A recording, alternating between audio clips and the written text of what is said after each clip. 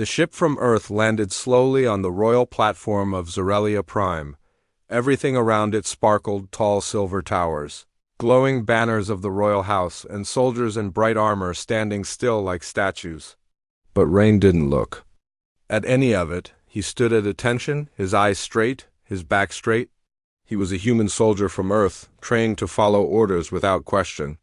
And today his orders were simple: protect the alien princes at all costs. Your mission is not to talk, not to feel. Just protect her, his commander had told him before he left. This alliance is fragile. One mistake and everything falls apart. Rain nodded, holding those words deep in his mind. He had seen many alien species before, but the Zorelians were different. They were proud, elegant, and deeply emotional, but only in private.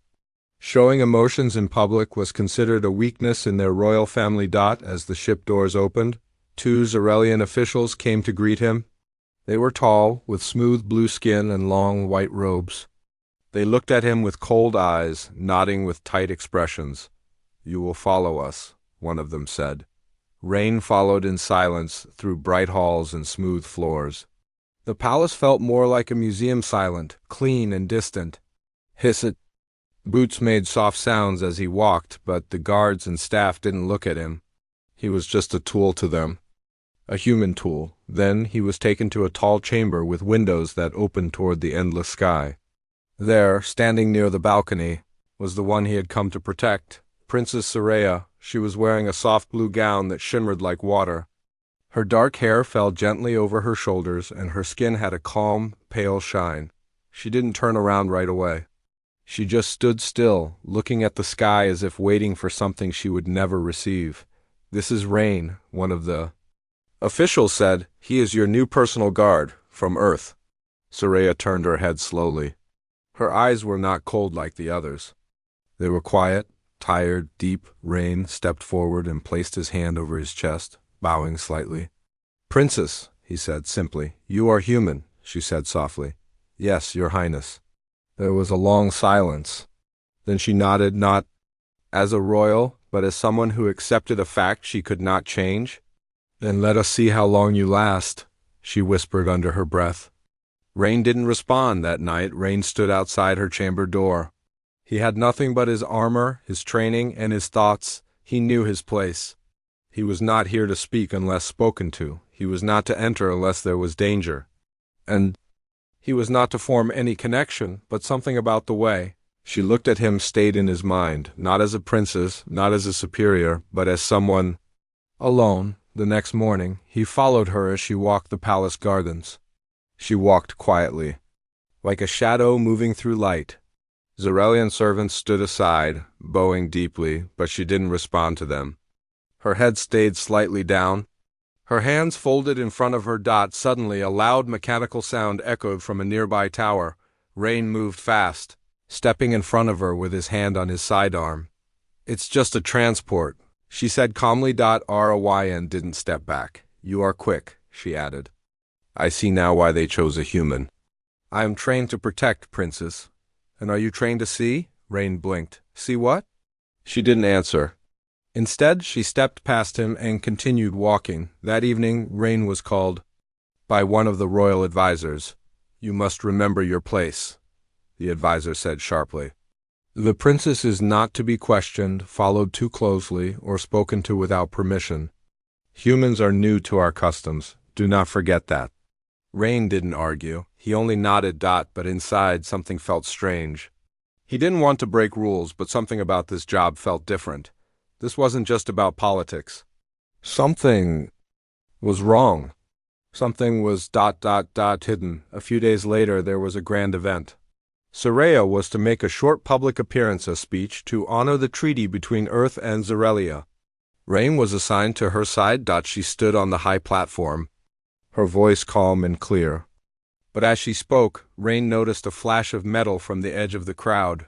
His instincts kicked in. A small drone barely the size of a hand was floating quickly toward the stage. Rain leapt forward without hesitation. He tackled Soraya to the floor just as the drone exploded above them. Glass shattered. People screamed. Guards ran toward them. Rain shielded her with his own body until the danger passed. When the smoke cleared, he helped her sit up. Her gown was torn, a small cut marked her cheek. His own arms were scratched, but he didn't care. She looked at him not like a princess looking at a guard, but like a woman looking at someone who had just risked everything for her. "You saved me," she said quietly. "I did my job." "No," she said, "you did more." And for the first time since he arrived, she smiled. It was a small smile, but real. Rain stood near the large window in the royal quarters. Outside, the twin moons of Zorelia slowly moved across the sky. Everything was quiet, but inside Rain's mind, there was noise, questions, thoughts, and a strange feeling in his chest that hadn't been there before. The moment from the attack replayed in his head. The way he had jumped without thinking. The way her eyes had met his. The small, soft smile she gave him after everything. It was nothing, perhaps, but it stayed with him. He was trained to follow rules. But something was changing the next morning. Rain waited at his post as usual. Princess Soraya came out of her room wearing a light green robe with silver patterns. She looked at him for a brief moment and gave a small nod. "Walk with me," she said gently. It was the first time she had invited him instead of just walking ahead. Rain followed silently as she moved through the private halls of the palace. The place was quiet and cold, filled with beauty but no warmth. Paintings, crystal walls, flowers without scent, it all looked perfect, but felt empty. She stopped in front of a locked door. The guard standing nearby bowed and opened it. Inside was a small room with bookshelves, a soft chair, and a quiet view of the garden. Soraya sat down and looked at the garden through the glass. "No one comes here anymore," she said. "This was my mother's favorite room. After she passed away, they sealed it. I had it opened again 2 years ago, but I rarely use it." Rain stood at attention, unsure what to say. "You can sit," she said suddenly. "I give you permission." He sat slowly, careful not to seem too relaxed. He was still a soldier, still her guard. She looked at him, her voice soft. "You don't ask many questions." "Not my place," he said. "Then allow me to ask," she continued. "Why did you protect me so quickly during the attack, without waiting for orders?" Rain blinked. "Because you were in danger. That's enough for me." She stared at him for a long moment, as if trying to read something deeper. "Where I come from," she finally said. "People only act after weighing the value of the risk." "You didn't?" "I don't need to," Rain replied. A small silence followed. "You are different from the other guards I've had," she said. "I'm not one of your people," Rain said simply. "Maybe that's why." Soraya gave a small, thoughtful smile and looked down at her hands. "Do you know what it's like, Rain? To be watched every hour of every day? To be told what to wear, how to walk, when to speak, and who you may befriend?" Rain stayed quiet. "My entire life," she whispered, "has been a performance. A play, a mask over a cage?" Her voice trembled slightly and she quickly looked away. Rain didn't say anything. He didn't offer comfort. He didn't know how, but his silence wasn't cold. It was strong, steady, present. She noticed. "I envy you," she said. "Humans. You live with choices, with freedom." Rain looked at her. "Freedom can be heavy too." She turned toward him. "But at least it's yours to carry." He nodded. At that moment, something shifted between them. Not something loud, not something spoken, but something real. Over the next few days, Soraya asked him to walk with her more often. She began speaking to him not as a royal giving orders, but as a person who finally had someone to talk to. She told him stories from her childhood, about her pet bird that was taken away because it made noise, about her brother who left the palace and never came back, about the one time she laughed during a ceremony and was locked in her room for 3 days. Rain listened to everything, and even though he didn't say much, she knew he heard her. Really heard her. One afternoon, they sat in the garden near the edge of the palace wall. It was a quiet place, full of tall white flowers that glowed gently under the sun. "Do you miss Earth?" she asked. "Yes," Rain said. "What do you miss most?" He thought for a moment. "Rain." She looked confused. "Rain? Back home, when it rains, the sky becomes dark and the world gets quiet. You hear nothing but drops on the roof. It's simple, but peaceful." Soraya smiled. "We don't have rain on Zorelia." Just the artificial weather domes? Everything is controlled. Safe. Rain didn't respond. But he could see in her eyes that she wanted something uncontrolled? Something real. Later that evening, one of the royal advisors approached Rain in private. "You are spending too much time with her," the advisor said firmly. "The princess is not your friend." "She is. Your assignment." Rain kept his face still. "She speaks, I listen, that's all." The advisor leaned in. "Be careful, human. Emotions are dangerous. Especially when they belong to someone who wears a crown." Rain nodded. But the warning didn't erase what he already felt. That night, as he stood outside her room again, he heard her voice from inside. "Rain?" He turned. The door was open just a little. She stood in the doorway, wearing a soft robe, her hair loose and natural. "Do you ever wonder," she said quietly, "what would happen if we weren't born into the roles we play?" Rain looked at her. Maybe we'd still find each other. She didn't answer. She simply closed the door gently. But inside both their hearts, something had already opened. The palace was beautiful, but it felt like a cage to Rain. Every wall was smooth and shining. Every hallway quiet, but there was something missing: freedom, air, life. The guards barely spoke. The servants never looked up.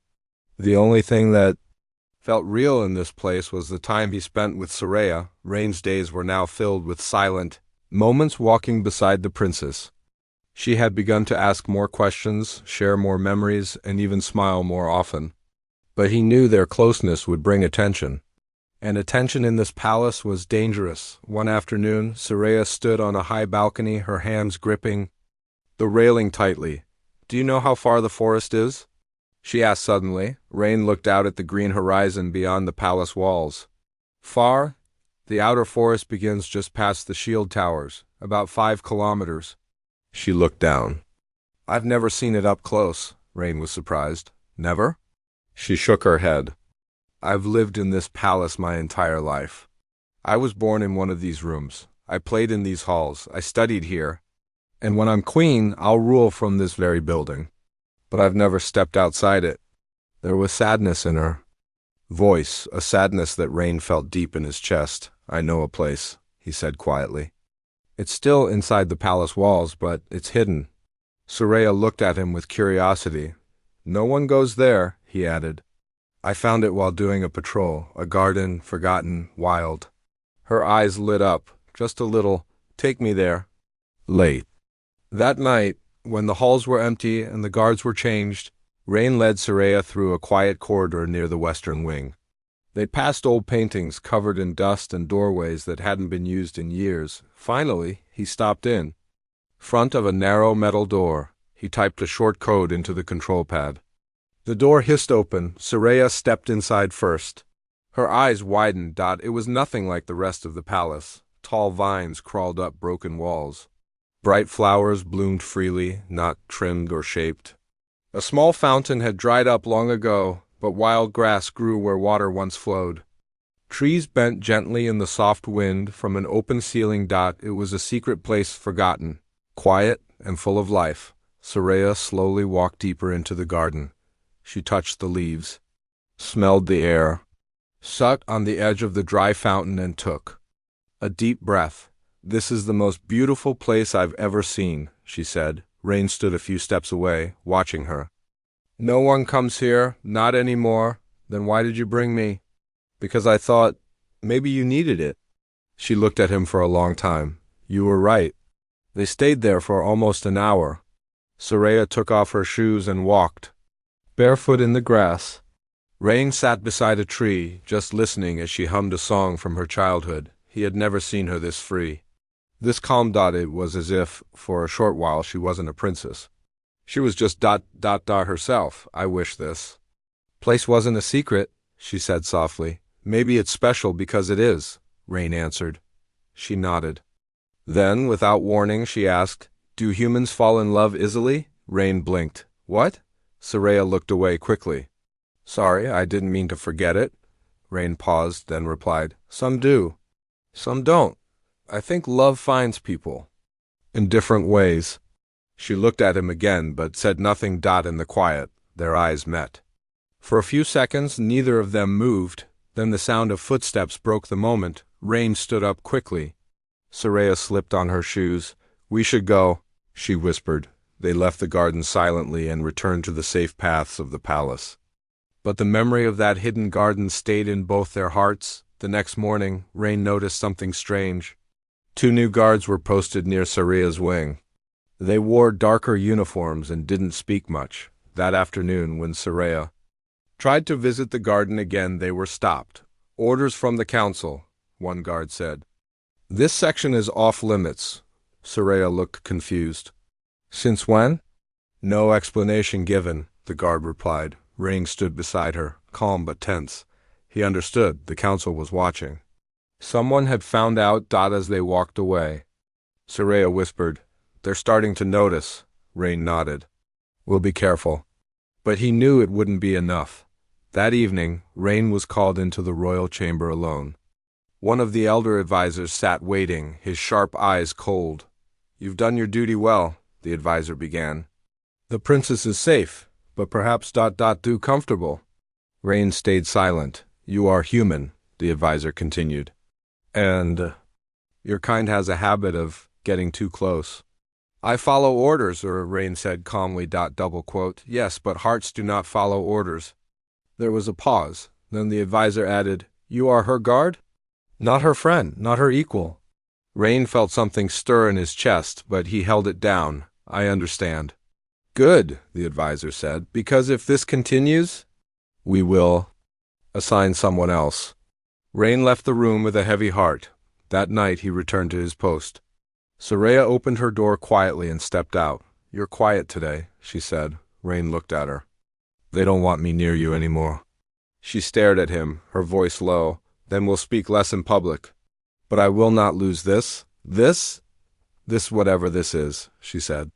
"I don't feel like a prisoner when you're near." Rain looked at her and for the first time let his voice soften. "Then I'll stay near as long as I can." She smiled sadly. "You may be my guard. But somehow, I feel like you're the only one protecting me from more than just danger." They stood there, 2 people from different worlds, connected by something neither could name, but they both knew something had already begun.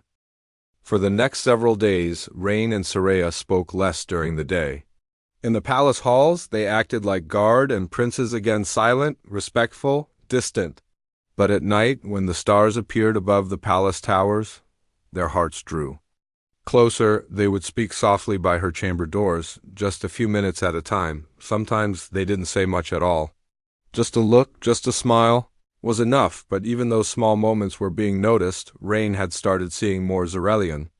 Eyes following him, royal servants walking slower around him, officers whispering behind walls, and guards giving him cold glances. The warning was clear. The royal court was watching. One evening, as Rain stood near the window of the west wing, Soraya approached in a plain dress, her face tired. "You're being followed," she whispered. "I know," he replied. "They're thinking of replacing you." Rain didn't react. "Are you in danger?" "No, but they think you are." He turned to face her. "Why?" "Because they believe you're breaking the rule of distance, that a human shouldn't stand so close to the crown." Rain looked into her eyes. "And do you believe that too?" She paused. "No." Later that same night, Soraya called Rain into her private study, a quiet room full of books and old maps. She closed the door behind him and sat down. "You know," she said, "in Zarelian history, it's forbidden for anyone outside the royal line to bond with a member of the crown." Rain nodded.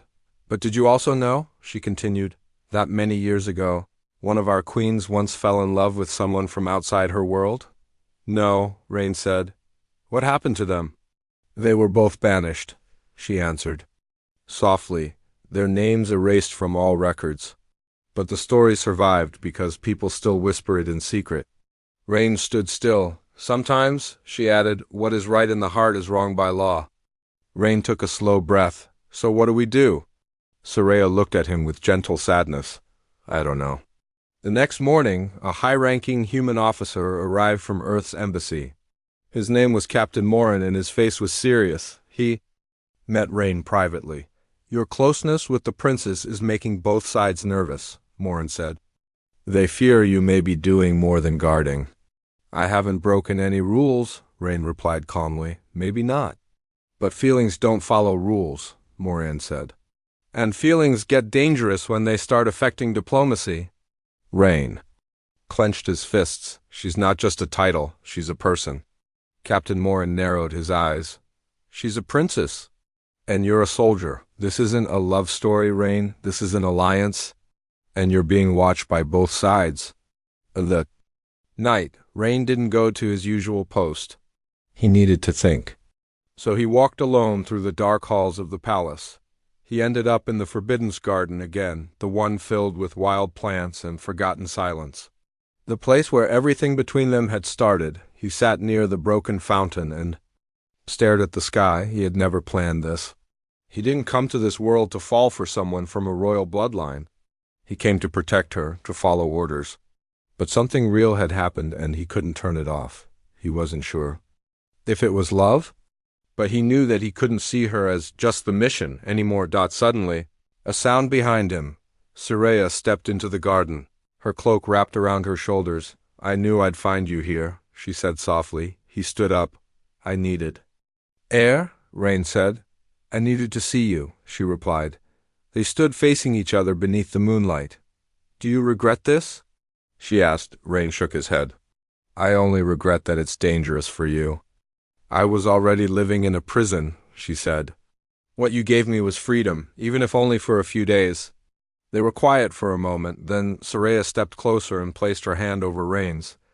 I'm not afraid, she said. He whispered. She looked into his eyes. Of what? Of losing you, or making you lose everything, she leaned forward. Then don't lose me. And slowly, without a word more, she kissed him. It was soft, honest, real. After that night, everything changed. The next morning, Rain returned to duty.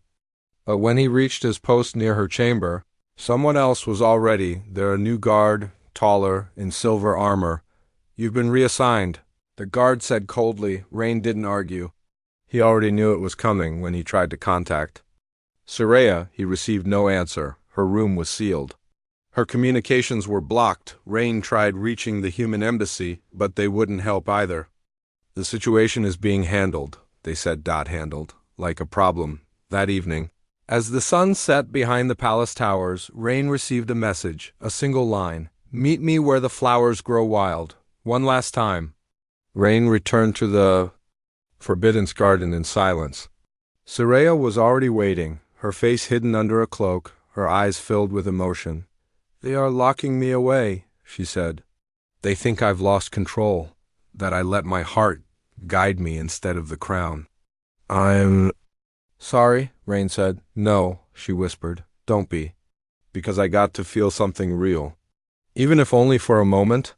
She stepped forward and placed something in his hand. A small pendant. The royal crest cut in half. If anything happens to me, keep this, so you'll remember that even a crown has a heart. Rain wanted to stop her, to take her and run, but he knew they'd never make it. I'll come back for you, he promised. She nodded, then vanished into the shadows. That was the last time he saw her that night. Rain didn't return to his quarters. He couldn't rest. Not when Soraya had been taken from him and locked away like a secret. He walked through the empty hallways of the palace, avoiding cameras and silent guards, his thoughts sharp and clear. He had followed every rule, every command until his heart made a new choice. Now, the system wanted to erase him. But Rain didn't care about systems anymore. He only cared about her. The next day, he left the palace before sunrise. Not through the main gates, but through the maintenance tunnels below the east wing. It took him 2 hours to reach the edge of the city. From there, he disappeared. No one on Earth's side knew where he went. No one in Zarelia's palace could track him. But Rain wasn't running, he was searching. Soraya had once mentioned a secret location, a quiet estate her mother had owned far from the capital.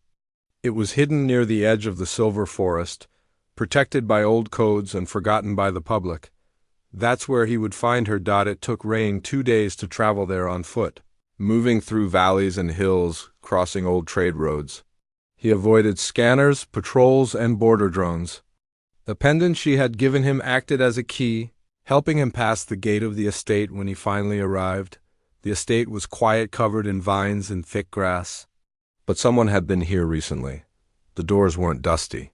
The lights worked. He stepped inside, and there she was. Princess Soraya stood near a small table, her cloak still covering her body. When she turned and saw him, her eyes widened with emotion. Rain. He stepped forward, not saying a word. He simply held out the half pendant she had given him. "I told you I'd come back," he said. She rushed into his arms, her voice shaking. "They said you were removed from duty." "That you left the planet. I left the palace," he corrected. "But not you." For the next few days they lived in hiding, just the two of them. No guards, no rules, no titles. Soraya cooked small meals. Rain repaired parts of the estate using old tools. At night they sat under the stars and spoke freely. For the first time in both their lives, they were just a man and a woman, not a soldier and a princess. They laughed. They shared stories. They dreamed of a life without walls, but peace never lasts forever. One night, while Rain was collecting wood near the back fence, he heard something in the sky. A low hum too soft to be natural. A transport drone. He ran back to the estate. Soraya met him at the door, her eyes wide. "They found us." Rain grabbed her hand. "We need to move." But before they could take a step, a message was broadcast over the estate's old system. "Reign of Earth, Soraya of Zorelia, surrender peacefully. You are not under arrest, but failure to cooperate will result in force." Rain looked at Soraya. "They're trying to keep it quiet." "They won't risk a public scandal," she said. "Not during the peace talks," Rain thought for a moment. "Then we can still turn this around." Instead of running, Rain made a bold choice. They would return to the capital not as prisoners, but as witnesses. They would bring proof that there was a plan behind everything. The drone attack, the sudden reassignment, the attempt to separate them, because Rain had found something during his time, away messages hidden in the royal network, communications between council members who feared the alliance with Earth and wanted it broken. They believed if Soraya broke protocol by falling for a human, it would give them an excuse to end the treaty. Rain had copied the messages and stored them in the pendant, the same pendant she gave him with love. Now, it would become their weapon. They arrived back in the capital secretly, using old tunnels under the city. Rain contacted a trusted officer from the human embassy, Lieutenant Hera, a quiet woman who once told Rain, "Sometimes rules serve justice. Other times, justice must break the rules." With Hera's help, Rain and Soraya were brought to the Unity Hall, the place where Earth and Zorelia had signed their peace agreement. The place was filled with leaders, generals, and diplomats preparing. For a major speech, Rain stepped into the hall holding Soraya's hand. Everyone turned. Gasps echoed across the room. One of the Zorelian council elders stood up. "What is the meaning of this?" Rain spoke clearly. "We are here to speak the truth." He activated the pendant, and the hidden files projected into the air. Messages, audio, orders to separate Soraya from Earth's representatives, plans to fake another attack, and most importantly, proof that both their lives were being used as tools to destroy peace between worlds. The hall fell silent. Soraya stepped forward. "I am not ashamed of my heart. I chose to trust someone not because of his world, but because of his courage. And I will not be silent so others can hold power through fear." The council had no answer. Earth's officers were shocked, and the alliance was shaken but not broken. Instead of ending the treaty, both sides were forced to listen. An investigation was launched. Several members of the Zorelian court were removed quietly. And instead of punishment, Soraya was offered a new position away from the royal line, but with her voice and freedom intact. As for Rain, he was no longer a guard. He had become something else entirely. In the weeks that followed, Rain and Soraya disappeared again, this time not to hide, but to begin a new life on a neutral colony. A place where no one cared about crowns or uniforms. A place where people just lived, loved, and breathed freely. There, under a red sky and soft winds, they built a small home. Not a palace, but it was more than enough. The planet of Viron 7 was quiet, warm, and peaceful. Far from politics, far from royal commands, far from Earth's military orders, Rain and Soraya had made this place their new home. Their house was small, built near a gentle river surrounded by blue trees and flowers that opened with the sunrise. The land was simple, but it felt more real than all the golden walls of Zarelia's palace. Rain woke up early each morning to fix the solar panels or collect fruit. Soraya tended to the garden and wrote stories in a small book she kept by the window. The people nearby knew them only as two quiet settlers, kind, helpful, and always together. No guards. No advisors. No secrets. Just peace. One morning, Rain watched Soraya sitting by the river, her feet in the water, her soft hair blowing in the breeze. He walked toward her, holding 2 cups of warm herbal drink. "You look happy," he said, handing her one. "I feel free," she replied with a smile, "and I didn't think I'd ever say that again." They sat side by side, watching the river flow. Birds chirped gently from nearby trees. In this calm, words weren't always needed, but today, Soraya looked at him with something deeper in her eyes.